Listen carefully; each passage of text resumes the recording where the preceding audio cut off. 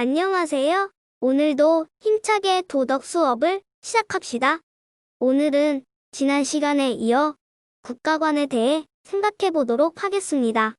적극적 국가는 복지 국가라고 표현하기도 하는데 적극적 국가가 등장하게 된 배경과 정의로운 국가의 모습에 대해 생각해 보도록 하겠습니다. 지난 시간에 배운 사회계약론 다들 기억하시나요? 소극적 국가관이 발생하는데 직접적으로 영향을 준 학설이지요. 사회계약론은 자유로운 개인들이 필요에 의해 계약을 맺어 지도자와 국가를 발생시켰다고 주장하지요. 그러나 어떤가요? 이것이 역사적 사실로 받아들여지나요? 우리는 이미 선사시대부터의 인류 역사를 배워왔기 때문에 개인들이 그런 계약을 맺어 국가를 만든 적이 없다는 것을 알고 있습니다. 한마디로 사회계약설은 뻥이지요. 사실이 아니라는 것입니다.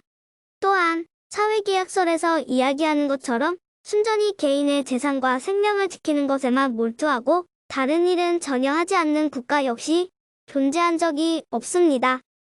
어떤 국가이든지 소외되고 가난한 자를 구제하기 위한 정책들을 펴왔으니까요. 그러나 사회계약설이 중요한 이유는 절대왕권 시절 왕이 모든 것을 소유하는 자라는 것이 진리로 받아들여질 때 절대자 왕이라 할지라도 침해할 수 없는 개인의 권리가 있음을 주장했다는 점에 있습니다. 또한 절대자 왕은 신의 대리인이면서 하늘이 선택하여 내려준 자라는 것이 수천 년 동안의 진리로 받아들여지던 시기에 왕은 하늘이 선택한 자가 아니라 개인들이 선출하여 왕이 되었다라고 이야기한 부분은 오늘날 민주주의의 단초를 제공하기도 합니다. 당시로서는 굉장히 파격적인 주장이었지요.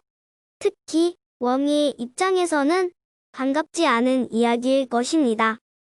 또한 개인이 자유롭게 자신의 이익을 추구하는 활동을 할 때 이를 어느 누구도 간섭해서는 안 되는 점 또한 주목할 부분입니다. 개인의 이익 추구 활동에 국가가 간섭하지 않아야 개인의 이익이 증가하고 결과적으로 국가의 이익도 증가한다는 이야기지요. 이러한 주장은 기업들의 경제활동에 대한 간섭과 규제는 최소화해야 한다는 생각으로 오늘날에도 남아 있습니다. 많은 정부와 기업들이 개인의 이익 추구 활동을 무제한적으로 보장하는 것이 좋다는 믿음 아래 자본가들이 공장을 세우고 기계를 돌려 신나게 물건을 생산하던 어느 날 사건이 발생합니다. 바로 1929년에 미국에서 시작된 대공황입니다. 29년 대공황의 전개에 대해 간략히 설명하면 화면에 보여지는 바와 같습니다. 자본가들은 은행에서 돈을 빌려 공장을 짓습니다. 공장의 소유권을 주식 형태로 주주들에게 판매를 하기도 했지요. 사람들은 은행에 돈을 빌려 주식에 몽땅 투자를 합니다. 경제가 잘 돌아가는 것처럼 보였으니까 대박이 날 것이라는 기대를 한 것입니다. 그러나 모두가 눈여겨보지 못했던 부분이 있습니다. 바로 돈을 받고 일을 하는 임금 노동자들의 실제 월급이 많지 않았다는 점이지요. 공장을 가진 자본가들과 대주주들은 은행에서 빌린 돈으로 투자를 실컷 하고 수익이 돌아오기를 기다렸지만 이들이 기대하는 수익은 어디에서 창출되는 걸까요?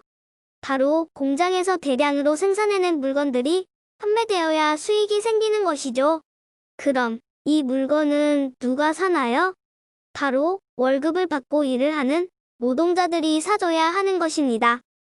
그런데 노동자들이 받는 월급이 높지 않으니 이들이 공장에서 만들어낸 물건들을 살 수 있는 여력이 없는 것입니다.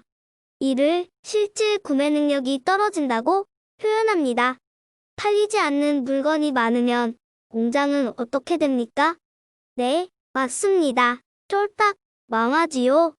그럼 공장의 주식에 투자한 사람들은 어떻게 되나요? 네, 이들도 쫄딱 망하게 됩니다. 그렇다면 이들에게 돈을 빌려준 은행은요?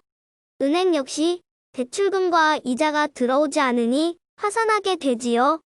이런 식으로 줄줄이 기업과 대주주, 은행이 부도를 일으켜 경제가 다운되기 시작한 사건이 1929년에 있었고 우리는 이를 대공황이라 부릅니다. 공장이 망하니 그곳에 일하던 노동자들은 당연히 실업자 신세가 되지요. 실업자가 많아지면 어떻게 되나요? 사람들이 돈이 없어 물건을 사지 못하니 팔리지 않는 물건들은 점점 더 늘어나고 그나마 버티고 있던 공장들이나 은행들도 연쇄적으로 부도가 나는 것입니다. 이러한 절망스러운 일을 어떻게 해결해야 할까요? 맞습니다. 정부, 즉 국가가 나서야 하는 것이지요. 실업자들의 삶의 곤궁함을 해결하고 파탄에 이르게 된 경제 상황을 회복하기 위해 국가가 국민들의 삶에 기업들의 경제 활동이 깊숙이 개입해야 할 필요성이 생깁니다. 바로 지난 시간에 배운 적극적 국가관이 떠오르게 된 배경입니다.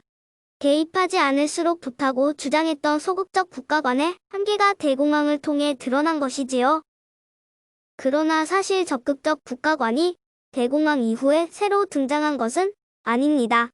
동양의 유교에서 이야기한 대동사회, 16세기의 토마스 모어가 쓴 유토피아 그리고 가장 가까이는 19세기 말 마르크스가 이야기한 공산사회를 통해 적극적 국가의 이상적인 모습을 발견할 수 있습니다. 각기 다른 시기에 다른 곳에서 이야기한 이상사회이지만 우리는 여기서 정의로운 국가, 즉 좋은 국가가 가져야 하는 필수 요소들을 확인할 수 있습니다. 그것은 바로 인권, 자유, 평등, 정의, 평화, 복지입니다.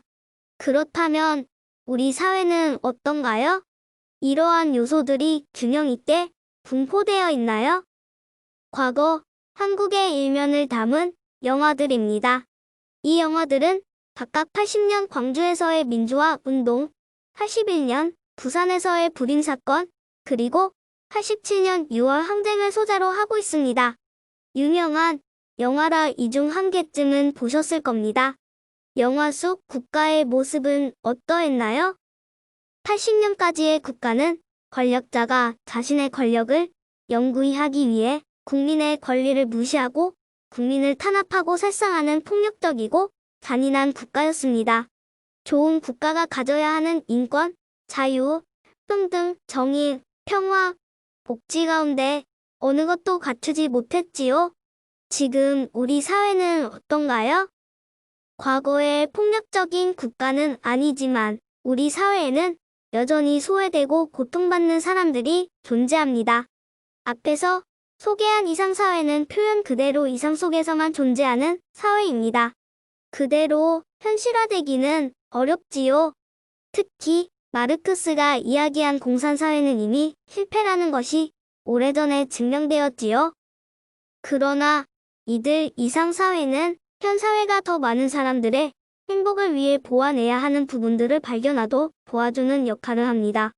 완벽히 이상적인 사회는 존재하지 않지만 우리 사회가 나아가야 할 이상을 정해두고 닮아가려 노력하는 것은 중요하겠지요. 오늘 수업은 여기까지입니다. 오늘은 과제가 있습니다. 우리나라 19대 대통령이 취임했을 당시 취임사의 일부를 학습지로 만들었습니다. 우리 사회가 더 정의롭고 좋은 사회가 되기 위해 어떤 요소가 필요한지 과제를 클릭하여 고민해보고 적어보시기 바랍니다. 감사합니다.